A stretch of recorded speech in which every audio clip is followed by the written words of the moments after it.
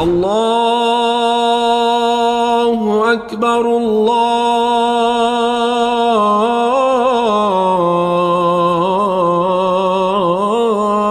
أكبر. Assalamu alaikum and welcome to the Islamic Center at New York University podcast, coming to you straight from the heart of New York City. We're building an amazing Muslim community here at ICNYU where everyone is welcomed and respected no matter where you're from or where you're at. This is the place to be. So open your ears and your heart and come along with us on another life-changing journey. Bismillah.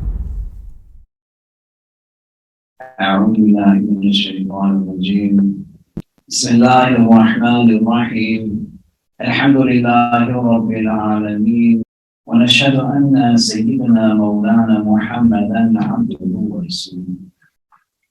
In the name of Allah, the gracious, the merciful, all praise is due to Allah, the Lord of the universe, the Master of the Day of Judgment. I bear witness and testimony to the oneness of Allah, to His magnificence, His omnipotence, His might, His glory, to His being the creator and sustainer of all things, the giver of life, the guider of hearts, the master of the Day of Judgment. And I bear witness to the fact that Muhammad ibn Abdullah sallallahu alayhi wa sallam is His servant and final messenger. May the peace and blessings of Allah be upon him and upon all those who choose to tread His path until the last day. For the last few weeks, we've been looking at verses from Surah Al-Furqan that speak about a particular category of servant of Allah, the Ibad Rahman. May Allah make us from amongst them. And these verses in Surah Al-Furqan, this is the 25th chapter of the Quran. They give us a lot of insight and detail aspirationally. Individuals who walk with humility and grace upon the earth. The verses start out, وَعِبَادُ الرَّحْمَنِ الَّذِينَ يَمْشُونَ عَلَى الْأَرْضِ هَوْنًا. And when they speak to those who are ignorant, the jahilun, they respond with peace, قَالُوا سَلَامًا. It talks about the Ibad Rahman having characteristics of spending a portion of the night in prostration and in standing, being those who call upon Allah to protect them from Jahannam. Those who they live in a moderate way, not with excess and extravagance or miserliness. And so many other qualities that we've discussed thus far, and we're going to continue on with two more verses to look at. But prior to, we want to be able to think about why would Allah give us this in the first place? And as a construct, to recognize that the idea is to implement and execute upon what it is that we get exposed to. That the reading isn't done just for the sake of the reading, but it needs to be transformational. And in order for it to achieve that, you got to recognize first and foremost that each of these verses that we've looked at over the last month and a half, 2 months, are things that you have the ability to accomplish. That if at the onset, the idea is that this is somebody else that will live these verses. It's not me. Somebody else is going to be the one who removes foolish arrogance. Somebody else is going to be the one who engages or disengages from just quarrels and foolish conversation. Somebody else is going to be the one that leaves behind that which is futile. Somebody else will be the one that is in a space where they say, this verse, it's for me. Sometimes there are certain things that are difficult to do in the course of religious practice. And I want to make it easy for us. We all have struggles. But to have an inward struggle that automatically assumes that I somehow am not one that can be transformed through this text or these verses, then you've already given Shaitan victory over you. You want to go in with a mindset that with strategy I can seek to implement, that with reflection and contemplation I can think about what it is that I really want to be, and how it is that I get to that point. The verses are given for us to act upon. And the idea that they're given for us to act upon is rooted in the notion that you have the capacity to actually achieve it. You have the capacity to actually do it. You got to just overcome whatever it is that exists within that has you believe otherwise. And when you can sit and see yourself not in a place where comparison is now done to those around you, because introspection and reflection in our tradition is not rooted in what societally we quite often see perspectives of self rooted in. Our spiritual tradition is not about the adoption of a superiority complex. It gives us a delusion sense of self rooted in comparisons to others that gives us a false sense of grandeur. It's not about an inferiority complex that renders a delusional sense of self that is rooted in a false sense of insignificance. But we are meant to be those who adopt an introspection that is inward. Interiority becomes the basis of our contemplation. You're not compared to anybody else. You're just taking a look within, and you're willing to challenge yourself to say the I that is me today is not afraid to meet the I that I can be tomorrow. It becomes hard, but that inward voice is the first place to start that conversation.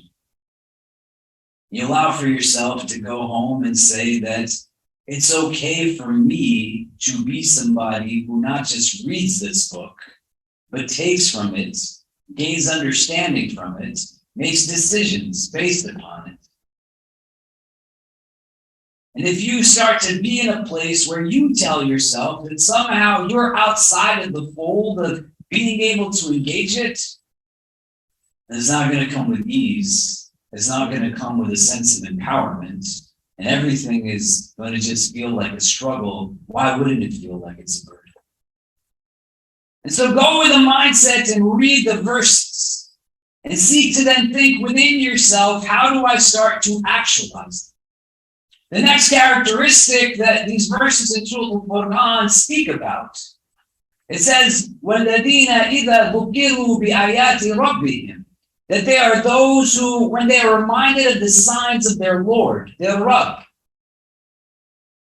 that they don't fall. لَمْ يَخِرُّوا. They don't fall upon them, عَلَيْهَا صُمٌّ وَعُمْيَانًا, deaf and blind. The initial part of this is something that's important to understand before we get to the latter parts of the verse. Because all of the verses that spoke before talked about a lot of different things, inward and outward, ritual, practice, engagement, etiquette, interaction. The Ibad al-Rahman, they walk with gentleness. They respond to the ignorant with peace. They are those who spend the night in prostration and in standing, making sajda and qiyam. They are those who make dua to Allah, and in that dua, they acknowledge the torments of Jahannam and seek protection from it. They are those who, when they spend, they don't spend superfluously or with excess or with miserliness, but they're in a middle way. They don't associate partners with the divine. They don't commit qaba'ir, major sins like zina and murder. There are those who, when they walk past that which is futile, that which is vain and idle, they do so with nobility and dignity. This verse is saying that these are people who also, when they embody all of these things, they're still willing to take advice from others. They're still open to reminders. They're not in a place where they say that I have achieved this, I have made this happen, I know that I do this thing. But that sense of false pride that is not beneficial, that elevation of the ego, the nafs, becomes deflated. And yes, there are those who pray in the late hours of the night. They give of their wealth. They make dua. They engage with just gentleness and kindness. And they have characteristic after characteristic of things that are positive. May Allah make us from amongst them. They're still willing to take feedback. They're still willing to take advice. They're still willing to be in a place that says, hey, there's things that I can be reminded of. Can we have everybody just move up, please? You coming close.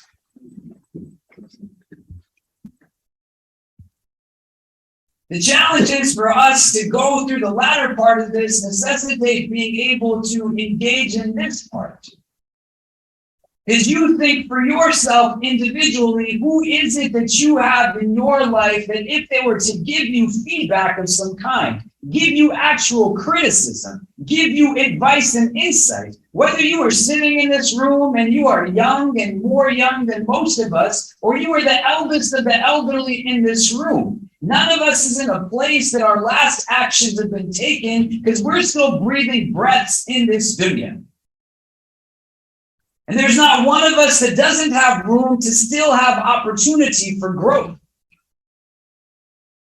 But if everything comes now with a sense of defensiveness, if there's an allergy to be able to take insight, you don't want to just categorize it as being right or wrong or good or bad, but be able to fundamentally think within myself, why is it hard for me to take from somebody else when they're giving to me?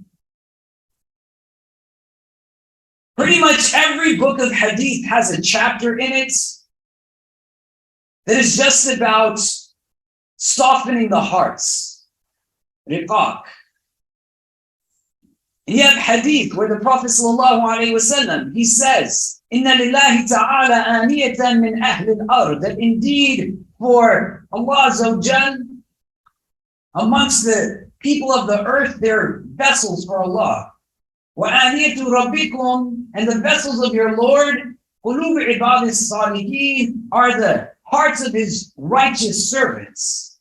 أَحَبُّهَا أَلْيَنُهَا وَأَرَقُهَا, that the ones he loves the most are the ones that are most soft and most tender. May Allah give us hearts that are like this. When a heart is lean, it's not light in the sense that the lights illuminate the room, but it's light in the sense that it's willing to take counsel. It's willing to take advice. When it has softness to it, it's in a place where it actually renders strength. This is a paradox in our spirituality, that a strong heart is a soft heart. A hard heart is a weak heart. Allah grant us hearts that are soft. The willingness to engage now recognizes that in our tradition, you can't have spiritual increase if there's nothing to improve upon. And the challenge that comes in quite often stems from not just an unwillingness, but also an absence of individuals that we surround ourselves by. And so it's not, why don't I take from every person that comes my way? But why aren't you surrounding yourself with people that you are close enough to that you're willing to take advice from them? The depth of your relationships that exist in the spaces that you frequent most often. Are those going to be spaces that afford for you an opportunity to interact with somebody in the first place? And this verse in and of itself is saying that they're giving reminders of the ayat of their Lord. You can't get reminders of Allah's ayats if you're not in a place or a space or with people who can give you those reminders in the first place. And the idea of coming to Jummah once a week, that's not something to undermine. May Allah increase us in our commitments to these rituals, not as an end, but a means of something. But you got to also bring yourself to places where you purposely and deliberately break out of a mode that becomes lazy inwardly. The nafs doesn't want you to be generous. It doesn't want you to move. It doesn't want you to go to things that are good for you. But you got to get up off of your seat and go to places purposefully where you can now sit and have opportunity to reflect on what it is that is given for your benefit. Go to the halaqat, go to the gatherings, make time for your heart. And if 40 minutes in a week is what you give your heart importance towards, and the other 7 days are things that you are bombarded by spaces where nobody cares enough about you to give you advice, where they're not even asking you how you are doing, inquiring about your sick relatives, seeing if you need anything whatsoever, then you're not going to be in a place where that opportunity to have feedback and cultivate a growth mindset is afforded. As the verse continues, it says that when they are given these reminders, right? When you have the word dhukiru, it's in the passive grammatically in Arabic, and it's followed by ba. Like we say, Bismillah, there's a ba at the beginning. What that ba is denoting in conjunction with this word is that you're being presented something. And these are people who the negation of the act is the description of the Ibad al-Rahman. That when they are given reminders of the ayat of their Lord, that they don't turn away from them, deaf and blind.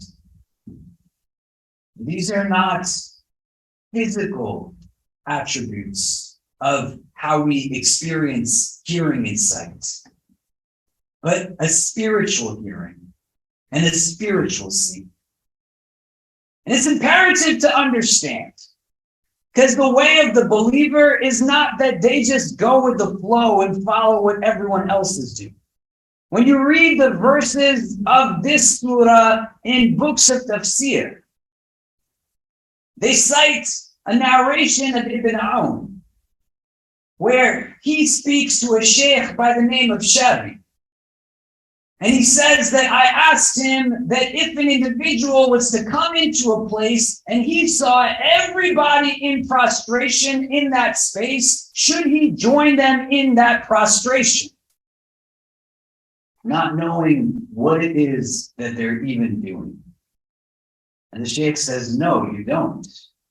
You got to first find out what's the point of their prostration in the first place. You're not simply doing it because somebody else does it, but you do it because you know why you're doing what you're doing. That the deaf and blindness is such that the verse is given and it doesn't just go in one ear and out the other, but there's an opportunity for reflection, contemplation, a recognition of what I'm bringing of my inward self to this. And I'm in a place where I don't become indifferent. I'm not in a place where I'm unmoved, but I allow for stillness. I'm not distracted by the workplace I got to go back to, the relationship that's not working out, the parents that yell at me all the time, the children that don't respect me anymore, the fact that I don't really have so many people that invite me to things. All of these things are hard. I'm not saying they're bad, but if something is agitating your inward and it is grasping and taking control of your ability to focus, you got to deal with it and take it on. Seek out the resources for healing so that it doesn't then take away opportunity to be able to enhance in your spiritual increase that gives now a road to real contentment. How many people do you know that when they hear things that are not just ayat of Quran, see things that are not just ayat of Quran, you can go read Surah Al-Rum, and there's an amazing section that just says verse after verse, وَمِنْ آيَاتِهِ وَمِنْ آيَاتِهِ وَمِنْ آيَاتِهِ, speaking of the signs of the divine. How many people do you know that they walk down the street and literal beauty is ascending and descending in the horizons twice a day? The sun sets and the sun rises. Nobody's even looking at it. Oblivious to what's going on. Individuals who are so confined and stuck in the dunya that they pass on opportunities of real beauty. One of the reasons it's hard for us to take advice, if you study this from basic standpoints of just human development, is that most of us as children weren't really treated so well. And when you couple the two and you understand what it is that renders a spiritual deafness and blindness, the pursuit of what it was that had people not spend time with their young people, validating that I got to be stuck someplace else, or I got to do something that isn't sitting here, watching this kid achieve in minimal ways. It all creates then a self-perpetuating cycle. You don't want to be the person who, when you hear it, you say it's not a big deal. It is a big deal. You want to also aspire to be the person that recognizes that individually you have been given intellect. We are in a part of the calendar year right now that demonstrates all of this versus full actuality. Where in these days and nights of Muharram, centuries ago, we find the tragedy of Karbala. The family members of the Messenger of God, sallallahu ta'ala alayhi wa sallam, his beautiful grandson, Imam Hussein alayhi salam, who centuries later, throughout the world, Sunni, Shi'i, people of all backgrounds who are Muslim, all agree that what transpired there is an atrocity. These were individuals who dared to harm the messenger of God's grandchildren. To be in a space where you start to recognize what is the epitome that humans can actually achieve of deafness and blindness to Allah's book. They claim to be Muslim. They literally are in a space where they know and understand firsthand, not like you and I have read books of narrations and traditions of how our prophet would be on the minbar and he would see his grandchildren come and he would descend to take them. How he would play games with them, pretending to be a camel as they rode his back, kissing them, telling them how he loved them. Individuals who are in such a place of just muteness of their spiritual senses that on this plain of Karbala, they see right in front of them the grandson of the messenger of God, and they still advance based off of their base desires. What more of a sign of your Lord do you need than one of the two young men who are called the Sayyids of the Shabab of Jannah standing right in front of you, and you still are in a place where your heart is shut down?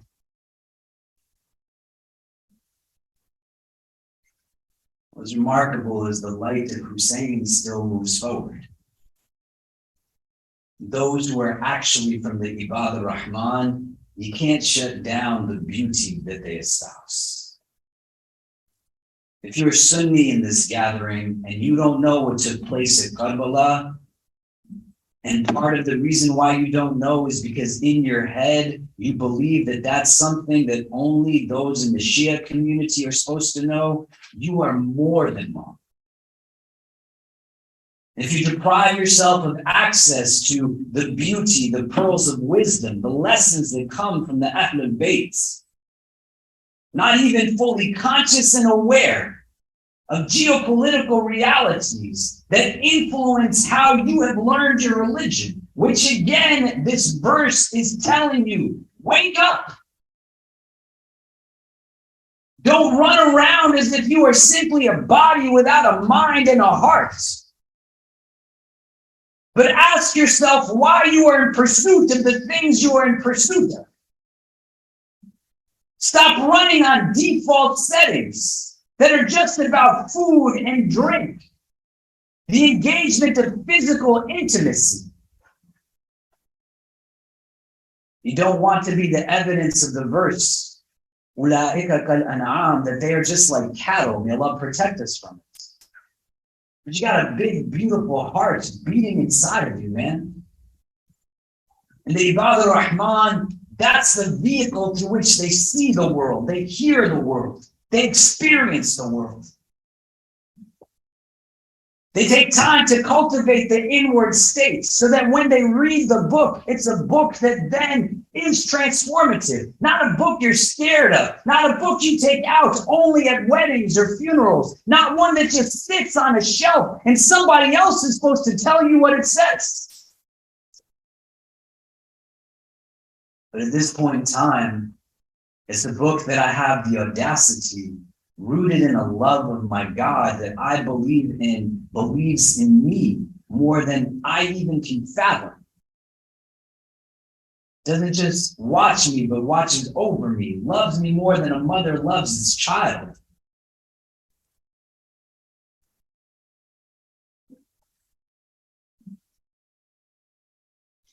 So you got to start reading it, taking from its verses, and then be open to what its message is telling you. To allow for yourself to be from amongst those who are not in a place where it's for anyone else's benefit, but just your own. That you start to experience what it is to actually engage and live that text. And that's what it's about. There's reasons why we have hadith that tell us that the Prophet ﷺ is the personification of the Quran. He's living the book. I just want you to think, not with self-deprecation. It has to be real reflection, not with rumination. It has to be real contemplation. How often do you engage the Quran that was given to you? And if in your head all of the excuses pop up, I don't know how to read Arabic, I don't really recite it well, I'm busy, I'm this, I'm that, all you're saying is it's not important. And then everything that it offers definitively, you're also by extension saying it's not important.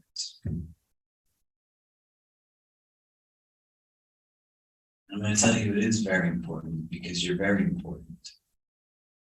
We don't need Muslims who read the Quran and live the Quran because it's our job to go show the world how great Islam is. Islam is great whether people understand that.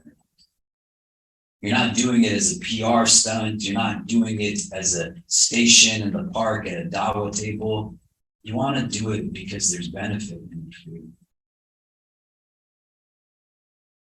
You want to be the people who they walk around on this earth and you know every single day you read about people who clearly are just in a space where you say, how can you see the world in this way? How are you okay with it? How are you okay making the decisions about how people will continue to be killed by gunfire? The policies that you do in policing, the way women are restricted in making choices on their bodies. The legislation that you enact that puts people in a place where they are separated from their families for years and years and years. You see these examples, what the verse is saying when the ayats are in front of you, don't be deaf and blind to them. Reflect upon them, contemplate, what kind of person do I want to be at the end of the day? Our tradition posits a primordial state that's called the fitrah. It assumes that all of us have an innate sense of balance. What you can draw from the story of Karbala is an immense opportunity to understand what this means. Because it's not just about I live with beauty, I act with beauty, but also those who have a real connection to a fitri state, they themselves are attracted to real beauty, not to real ugliness. When they see beauty, they see truth. they see what is really good, not ambiguously, subjectively, but what is without doubt good, then they are drawn towards it. Versus those who are not in that state, that fitri state, they're drawn towards things of darkness, things of ugliness. You take a pause and you start to listen to your own heart. What state is it in right now? Do you know? When was the last time you looked at it? And all of the other things that claim to offer you happiness, but really they're just giving you a sense of dissatisfaction with what you have. Is it really worth chasing after? In this verse, the Ibad al-Rahman, they're being described as those that when they're given these reminders, they're presented with it. They don't engage them with a sense of just turning away, deafness, blindness, but they're open to it. They want to take advice. They want to improve. They want to grow. Inshallah ta'ala, may our Creator make us from amongst them. أقول قولي هذا وأستغفر الله لي ولكم ولسائر المسلمين فاستغفروه إنه هو الغفور الرحيم.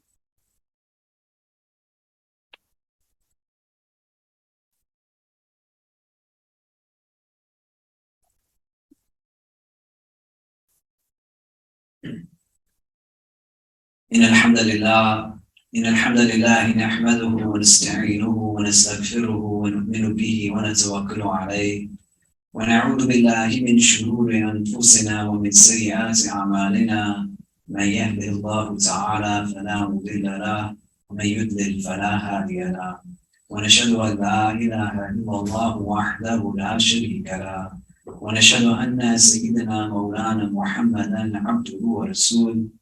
We just have everybody move up again one more time. Speak the word of truth again. Come close.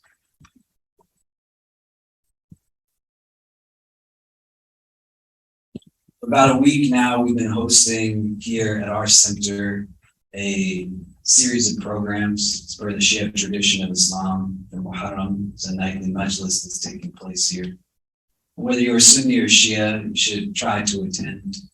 Sheikh Raz Jafar has been giving lectures on various topics. They're also recounting the tragic narrative of Karbala. If you've never heard it or read it before, it's a good opportunity to learn. On the 10th of Muharram, which will be this coming Monday, there'll be a program in the morning as well for those who've been coming in the nights. You need to come to it if you're a student and you need an accommodation for classes. If you're at work and they're not letting you leave work, we've also written notes for people to get out of work. I don't know how that works, but let us know. You don't have to be in a place where you forego your own religious obligations in order to fulfill something that is definitely not as important as where you want to be there. Also on Monday night, we're going to be hosting Iftar here. We'll have a halaqah at 7, followed by Maghrib and Iftar. In the Sunni tradition, the day of Ashura, the 10th of Muharram, is the day that we're recommended to fast. The Prophet ﷺ would fast this day, even when he was in Mecca, the hadith indicates. And then we came to Medina and found people of the book fasting that day. And when we inquired as to why they were fasting, they said in commemoration of the exodus of the children of Israel, the Musa's people were freed from tyranny on that day. So the Prophet ﷺ says, we have more right to Moses than you, that we will also fast. He said if there was more time to his life in the following year, he would have fasted the day prior to it as well. You want to take advantage of these opportunities. Be in places where you push yourself. We go to gatherings that our tradition teaches us that the angels are a part of, to allow for your heart to reach its fullest of potential, to be awakened then to sights that might not be seen with what is most apparent, but what this verse in Surah Al-Furqan that we're talking about is giving us the indication of is that the Ibadur Rahman, they're not just living based off of what is seen, but they're living also based on what is unseen. They're able to take verses and actually reflect on them, contemplate, find meaning in things. And not in a way that is just common parlance where individuals throw hot button words out as if the statements have substance, but at the end we try to adopt and says, what does any of this really mean? You have every answer to ethical dilemmas, prescriptions, remedies, strategies for spiritual increase and inward healing found within our Quran and our tradition. You want to get to a place where you start to implement upon it at this juncture in your life without fear or trepidation, but with a sense of there's benefit in this for me. So be a part of these gatherings and allow for yourself to benefit from them. Even if you've gone multiple times, each time the experience should be different because you should be in a state of change, a state of flux, and how you experience them should be different. In the coming weeks, we're going to also start to bring candidates for some new positions here at our center to engage the community. We share this with you because we would want you to make yourself available to help us decide who we're hiring in certain roles. So individuals will come, they will join us for meals, they'll give some talks and halakas and discussions with members of our community. Some might come and give the Jummah Khutbah. We're letting you know now because we want to have your feedback on that so that who we bring in to be in service of the community, we have community buy-in and we get your insight on where and how we should proceed on those things. And please make dua that Allah blesses us with those who are in service of this community, who are here with sound intention, with strong dedication, and are willing to do what it is that we need from them in the best of ways, but also those that we are willing to support in the ways that they deserve. That there's reciprocity to that relationship. And I'm confident that whoever we bring in, I know that you all are going to continue to be mindful, respectful, but also caring of them, the way that so many of us who work here, volunteer, professionally or otherwise, have been able to benefit from it. So please do come to these events. If you're in a fast on Monday, inshallah, join us for iftar here in this room. If you can avail yourself of the opportunity to go to the Majalis programs led by Sheikh Fiaz Jafar, do so as well. Inshallah ta'ala, will be benefit in it for all of us. We hope you enjoyed our podcast. If you're inspired by the work that we're doing at the IC and want to help keep it going, subscribe to our podcasts, follow us on social media, donate to help support us at ICNYU.org, and most importantly, keep us in your continued du'as. Until next time, inshallah. Assalamu alaikum.